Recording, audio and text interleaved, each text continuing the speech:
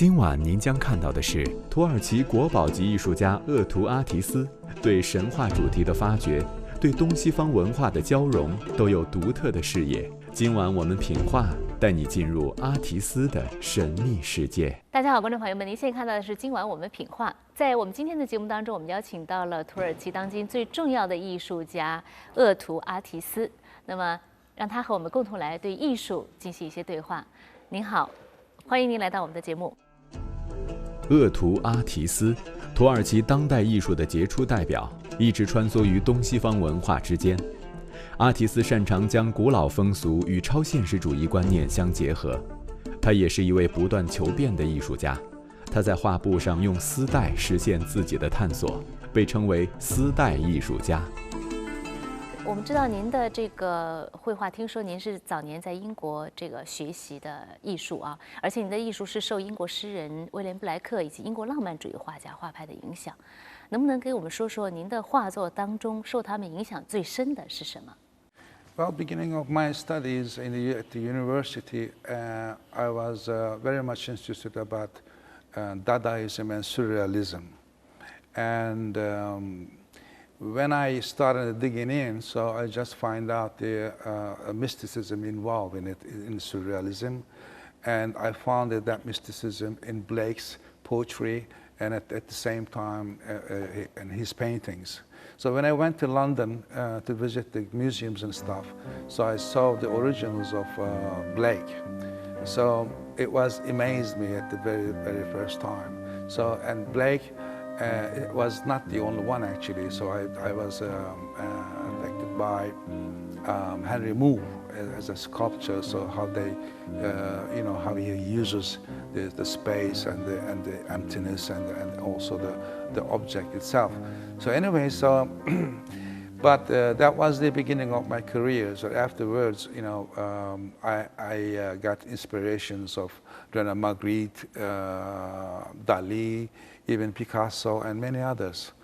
So as a Turkish artist, so we are in between two sides, like East and West. So we are affected by East and also the West. So it was my first time to visit in London. Of course, it was amazed me very much so. So the museums and arts and everything else. So, but afterwards, I tried to understand about my culture. What is it all about in between everything? So, and I found out also my culture is also very much into surrealistic and also mystical. So that's how my story has started. 我们知道您最初是从事艺术工作，是在1980年代到87年代这段时间是在这个土耳其。后来呢，就是正如您所说的那段在英国的一个学习的经历。再后来，英国的短暂的停留之后，大部分时间又去了美国，在纽约居住了一段时间。纽约的这段经历，对您的这个艺术产生怎样的一种影响？为什么会从英国去了纽约 ？After London period. I moved back to Istanbul. I went to my military service and came back. And then I got married. I had a kid. So after that, I had the first professional opening in 1980. And I was becoming, well-known artist in Turkey. But it wasn't enough for me. So I was wondering about, what can I do? Worldwide. So, having an answer for that question, so I have to go to New York to understand. If you remember the song called "If You Make It in New York, You Can Make It Everywhere." So that was the inspiration at the very beginning for me to go to New York and check it out. What can I do? So I got divorced afterwards. Many troubles I've been through.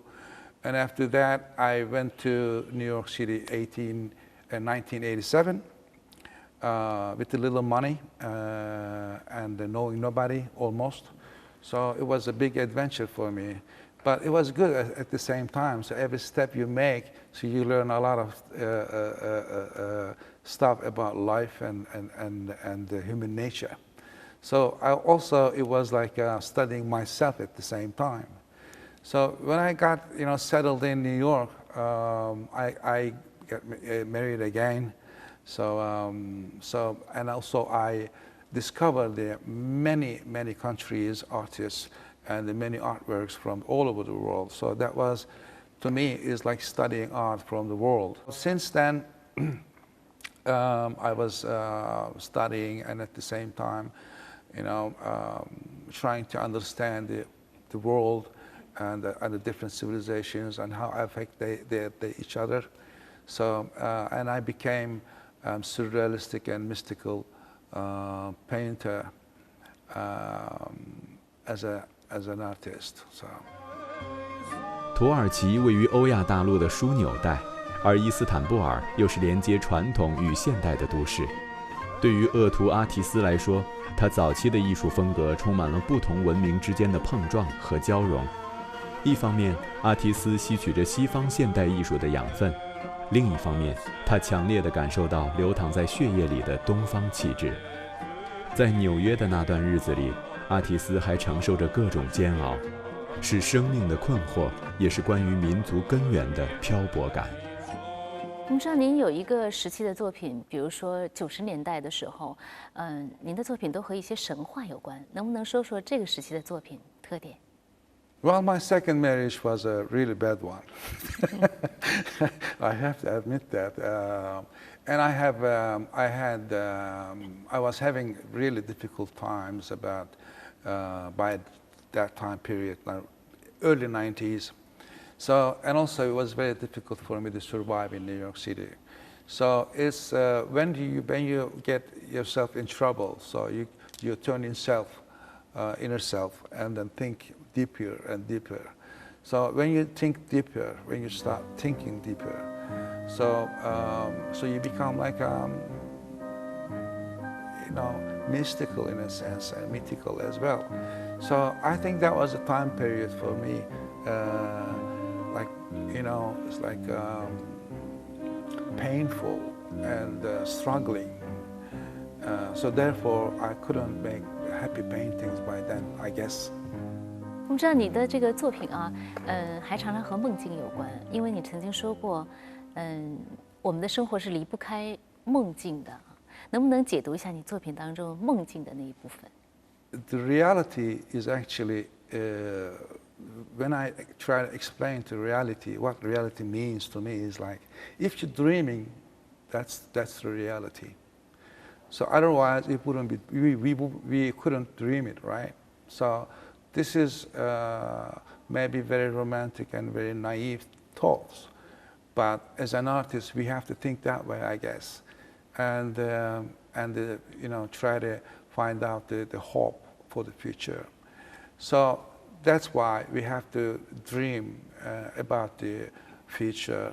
We have to dream about everything that surrounds us. For human being, for world, for societies, prosperities, madness and this and that, everything around the world that we are surrounded with. So how are we going to get over with it, and how are we going to get some new ideas for the near future? How are we going to achieve the peace?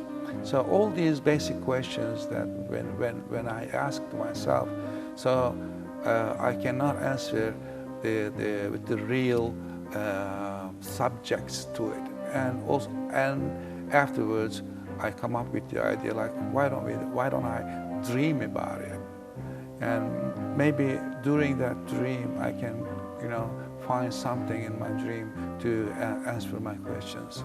So that's why dreaming became a reality to me. 在一组这个有关凤凰的主题的作品当中，我们可以看到，在你的作品当中有这个人和鸟放在一起进行处理的这样的一组作品啊，而且我们可以看到，有的时候人和鸟之间的界限是模糊的，能不能给我们解读一下这组作品 It was the show that called Phoenix. We call it Zümrüt Anka You know, I don't simurg. The Iranian call them simurg. It's an ancient story, a mythological story. The king of the birds decided to go to find out the master of the life, and then they start flying through. So at the end of this, I mean, they go through many difficulties and valleys, and wars and this and that, many troubles they've been through, and finally 30 birds made it up to the Mount Kaf. So when they arrive over there to find the tree of life, so the simurg, the king of the birds, they realize that they are the simurg or the phoenix or themselves.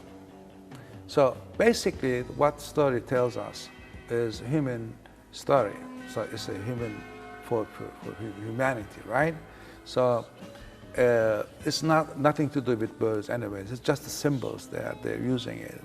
So I guess we all go through life, and also we go all through inner life. So once you go through inner life, then you find yourself again.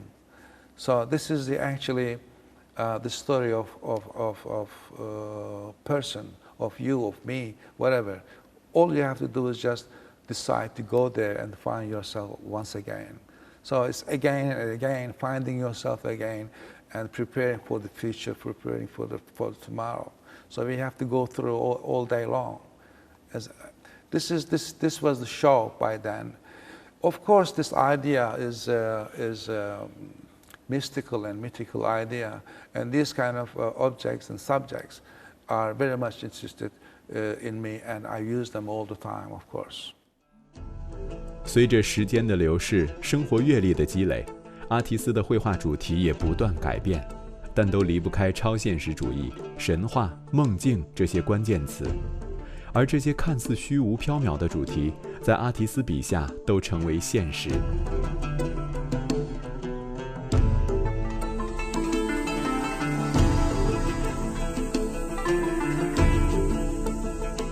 也有人称您为丝带艺术家，能不能和我们讲讲您对丝带的运用，以及在所有的材料当中，您最为钟爱的是哪一个？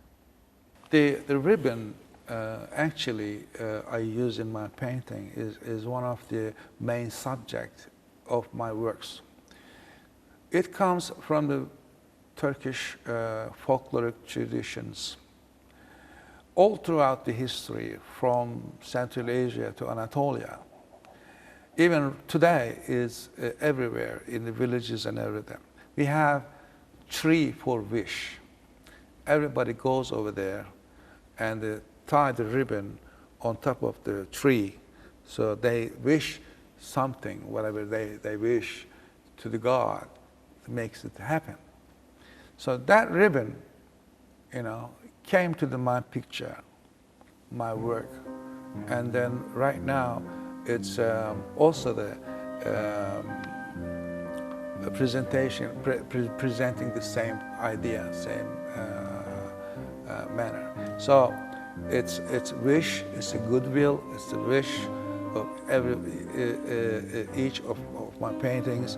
So there's a ribbon in some sort and some shape, and also, as I said, it comes from my own culture to make it happen in a good way. So it's a goodwill wish. 接下来您将收看的是阿提斯在欧洲享有最杰出的当代艺术家之一的盛名，他的色彩的运用、意识的发掘以及探寻神话的主题都是非常与众不同的。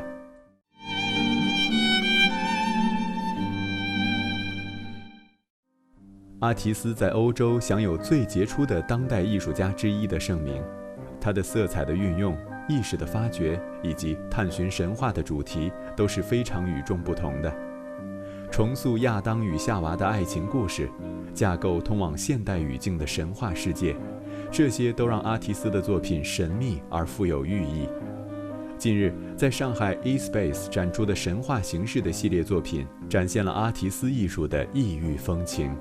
I'm very pleased to see a fantastic artist from Turkey, Ertuğrul Ateş, bringing in one of the artworks he's painted back home to Shanghai.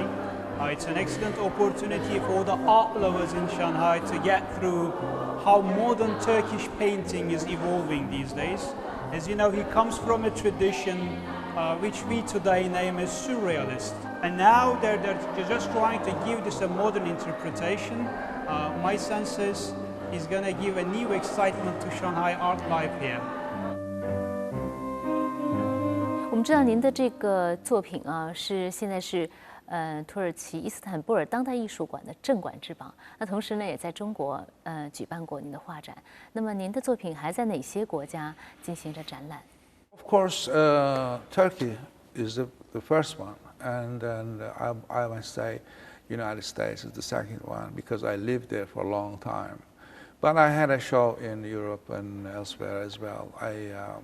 I got into the many collections from Japan to Mexico or Colombia, and also China as well. So, but I don't necessarily think about that. So what I think about it is my work is connecting with the people, not with the countries, no matter where they come from. If it connects the person, that's fine with me. So right now, today, I'm really, as I said it before, I'm very much interested in China and what's happening over here. So I would really love to be part of it. 我们大家都知道，土耳其有一个著名的舞蹈旋转舞，它非常具有仪式感的一种舞蹈。那么这种仪式感是否对您的这个绘画也有一定的影响？ Dance to me is actually poetry of the human body. So I was always attracted to the dance and dancers, how they move, and then what that move means, and what kind of feelings, passes through to me. In that case, so I was studying, not necessarily dancing, but I was looking at very, very closely, especially Turkish dance, ballet dancing and everything else. So it's like very mystical and very poetical, And one time, I decided to get into a little bit more in dancing. And after that, I saw even the modern dance and the classical dance in everywhere is the most strongest part of the cultures. So understanding the dance is also a little bit understanding the culture as well. So that's how I was interested about dance. I think I learned a lot of stuff from the movement of the body. So, and it was a beautiful model for me to study the human parts. 舞蹈启发了阿提斯对人体在画面上表现的方式。回旋舞是土耳其的文化精神，这种充满仪式感的舞蹈神秘而具有诗意，似乎也预示着人生的起伏，或是从原点回归原点，是命运的另一种解读。2005年，阿提斯离开生活了近20年的纽约城，重新回到了故乡伊斯坦布尔。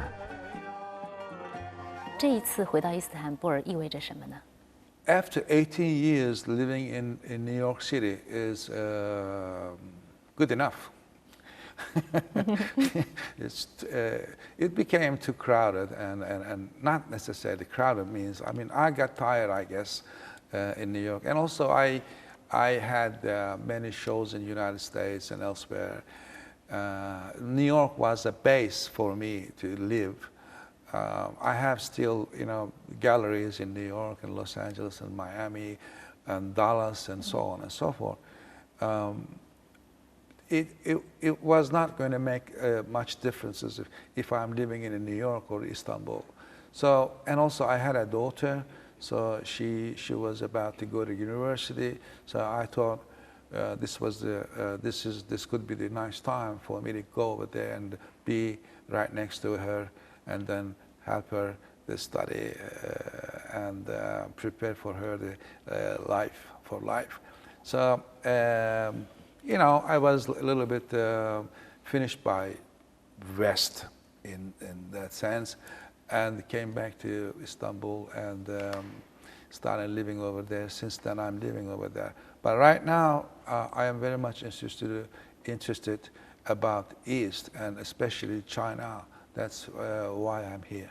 土耳其有一位作家帕慕克，他曾经说过，他说土耳其是他的起点和归宿。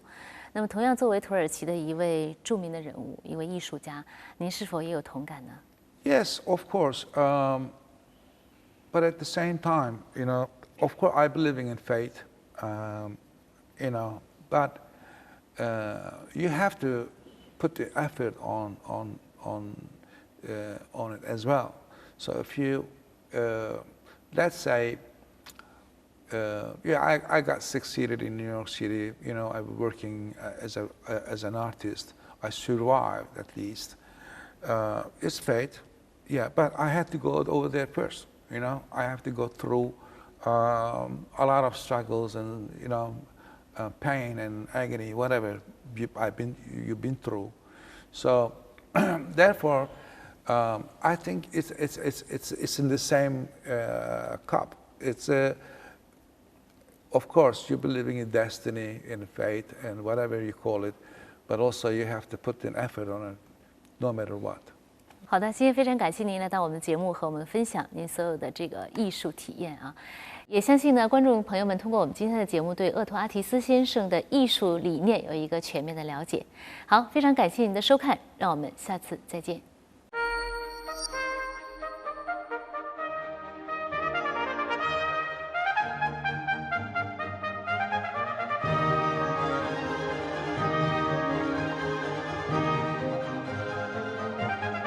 走进经典，艺术